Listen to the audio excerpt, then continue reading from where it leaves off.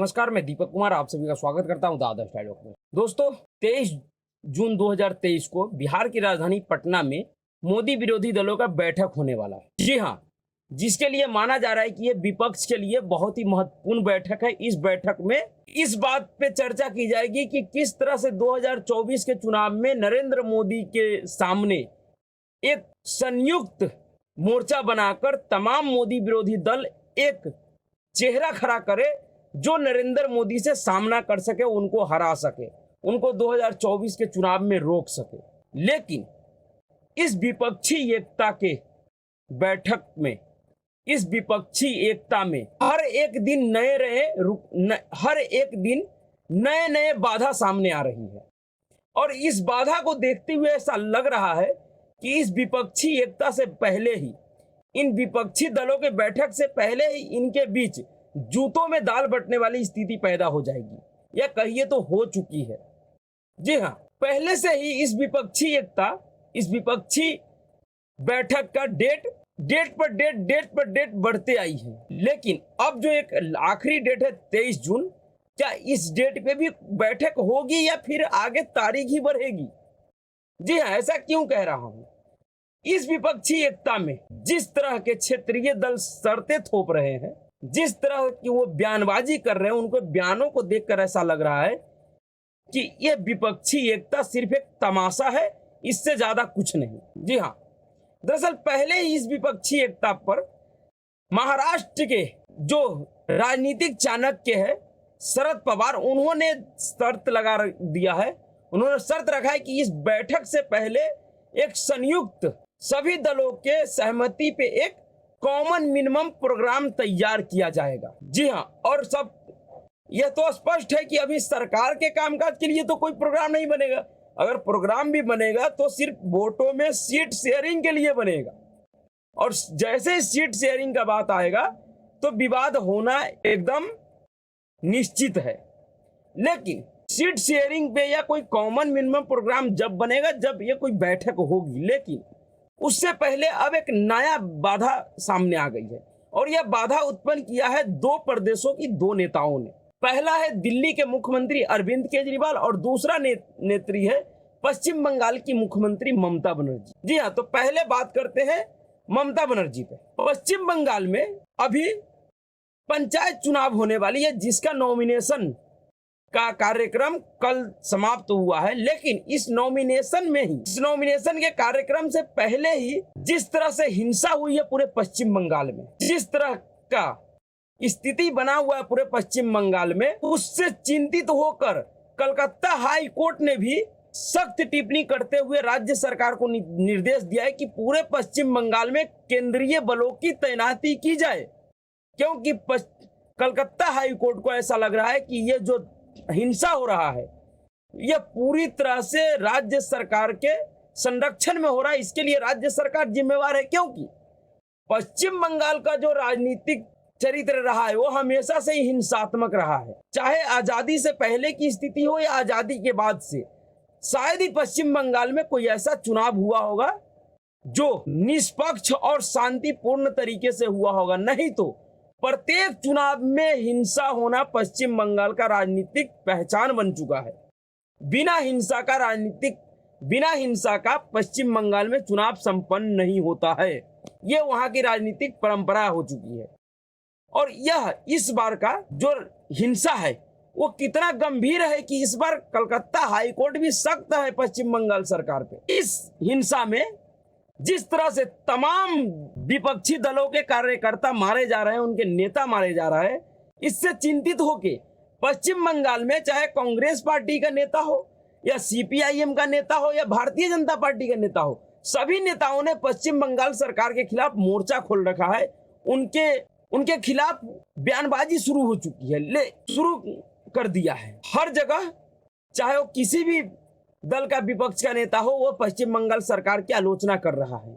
और इन्हीं आलोचनाओं को देखकर पश्चिम बंगाल की मुख्यमंत्री ममता बनर्जी ने कांग्रेस पार्टी को एक सख्त संदेश दिया है, और संदेश ये दिया है कि अगर तुम्हें हमारी जरूरत है, यानी विपक्षी एकता में अगर ममता बनर्जी और टीएमसी की जरूरत है, तो पश्चिम बंगाल में जो कुछ भी हो रहा है इस पे अपना आंख कान मुंह अपना बंद करके रहो। दरअसल अब ममता बनर्जी कांग्रेस पार्टी से सीधा सीधा समझौता करना चाहती है कि अगर राष्ट्रीय स्तर पे विपक्षी दलों की सहयोग में अगर हमारा साथ चाहिए तो फिर पश्चिम बंगाल की राजनीति में किसी तरह का मैं कोई भी दखल अंदाजी बर्दाश्त नहीं करूंगा किसी भी दूसरे दल का।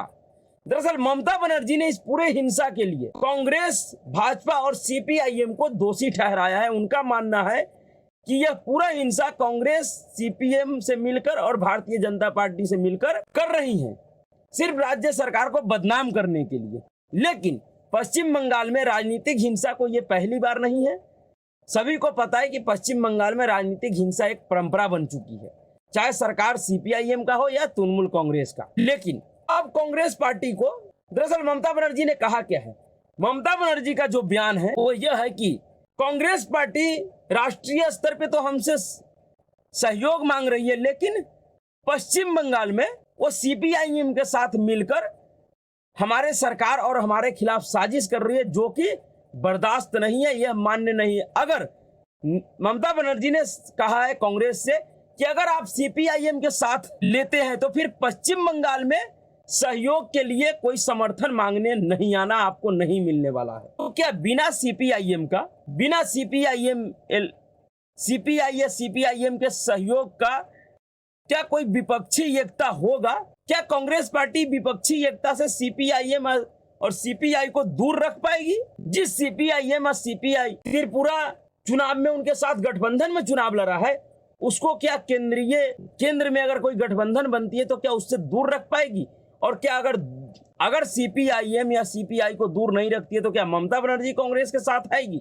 ममता बनर्जी के संदेश से तो स्पष्ट है कि वो सीपीआई या सीपीआईएम को किसी भी तरीके से बर्दाश्त नहीं करेगी। ममता बनर्जी को भारतीय जनता पार्टी मंजूर है पश्चिम बंगाल में, लेकिन सीपीआईएम या सीपीआई मंजूर नहीं है, क्योंकि उनको पता है कि भारतीय जनता पार्टी मेरे तरीके से पश्चिम बंगाल में राजनीति नहीं कर पाएगी। जिस तरह का राजनीतिक ममता बनर्जी का है, खूनी संघर्ष का, राजनीतिक हिंसा का, उस तरह का राजनीति भारतीय जनता पार्टी नहीं कर पाएगी। लेकिन सीपीआईएम या सीपीआई कर सकती है, क्योंकि सीपीआई और सीपीआईएम का भी राजनीतिक इतिहास, उनका राजनीतिक चरित्र हिंसात्मक ही रहा है। इसलिए पश्चिम बंगाल में ममता बनर्जी इनको किसी भी तरीके से कोई चांस देने की जोखिम नहीं लेना चाहती है।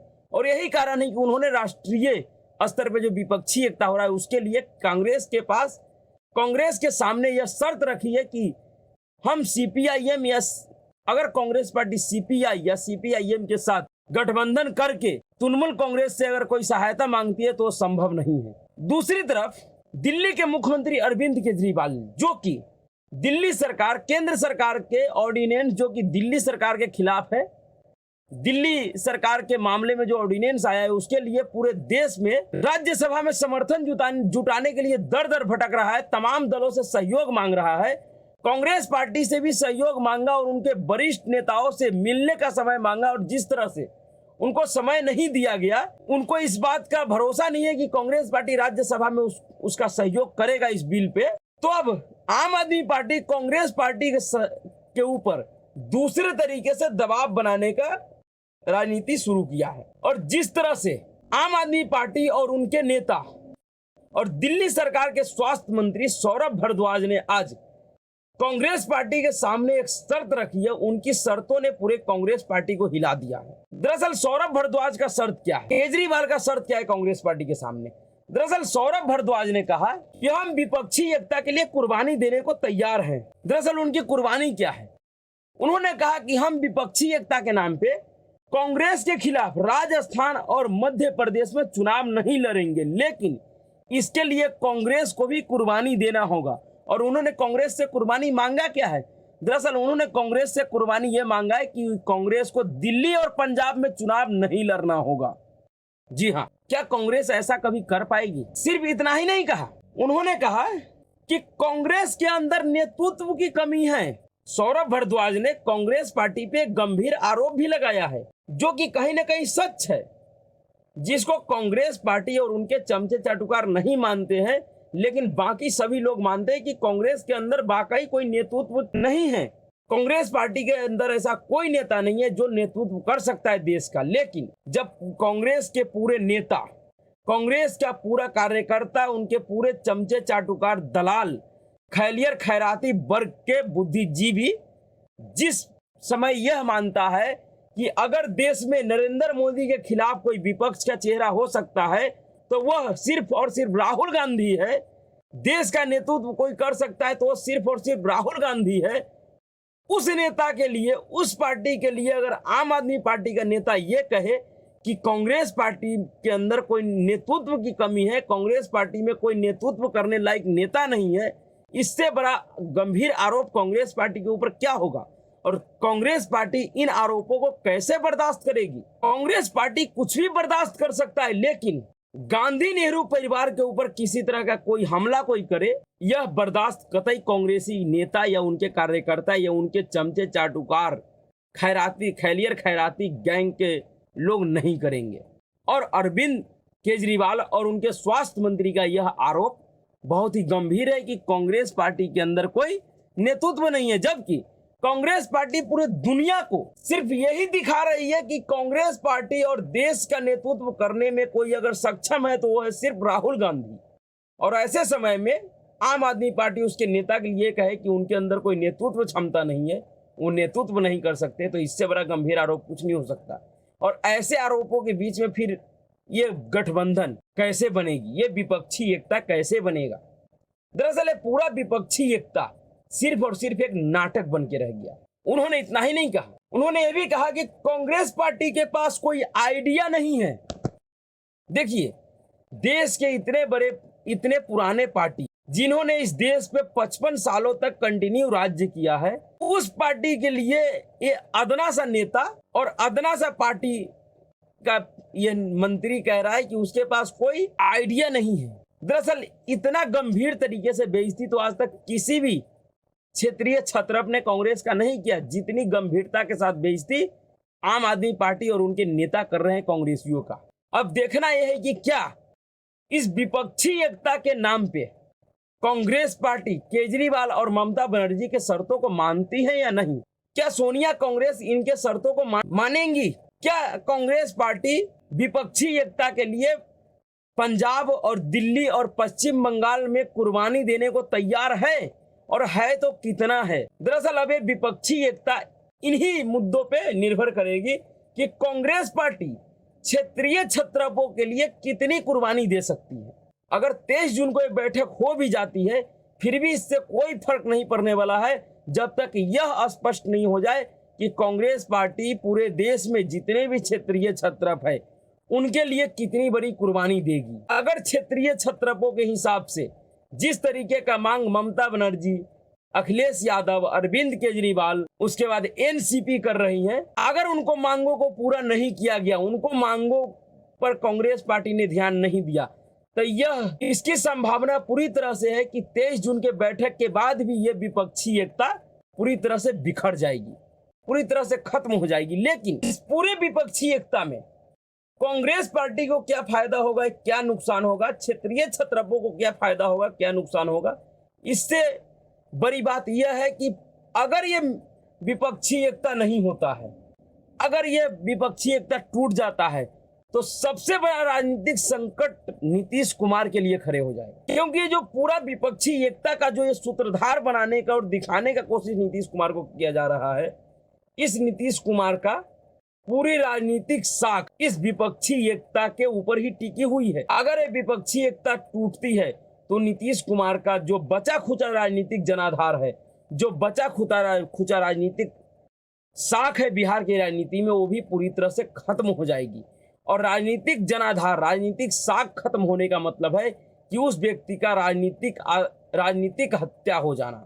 इसलिए यह बैठक और यह विपक्षी एकता दूसरे दलों से अधिक महत्वपूर्ण नीतीश कुमार और उनके पार्टी जेडीयू के लिए है। ऐसे भी नीतीश कुमार को विपक्षी एकता से पहले ही झटके लगने शुरू हो गए हैं, लेकिन जिस तरह का शर्त अब ममता बनर्जी और अरविंद केजरीवाल और शरद पवार रख रहे हैं इन विपक्षी एकता के सामने, उससे तो ऐसा लग रहा है कि नीतीश कुमार का 2024 या 25 की चुनाव के बाद राष्ट्रीय स्तर पे तो छोड़िए, बिहार की राजनीति में क्या स्थिति रह जाएगी, इस पे भी अब विचार होना चाहिए। यह चुनाव, चाहे चुनाव 2024 का हो या 2025 का, यह विपक्षी एकता चाहे 2024 वाला हो या 2025 वाला, इसमें सबसे महत्वपूर्ण है नीतीश कुमार और उनके पार्टी का राजनीतिक भविष्य। इन्हीं सब चीजों के बाद नीतीश कुमार और जेडीयू का राजनीतिक भविष्य तय होने वाला है। इसलिए इन तमाम शर्तों से सबसे ज्यादा धक्का अगर किसी को लगेगा तो वह लगेगा नीतीश कुमार को और उनके पार्टी जेडीयू का। तो अभी के लिए इतना ही। अगर आपको वीडियो अच्छा लगा हो तो वीडियो को लाइक कीजिए, शेयर कीजिए और चैनल को सब्सक्राइब कीजिए। नमस्कार।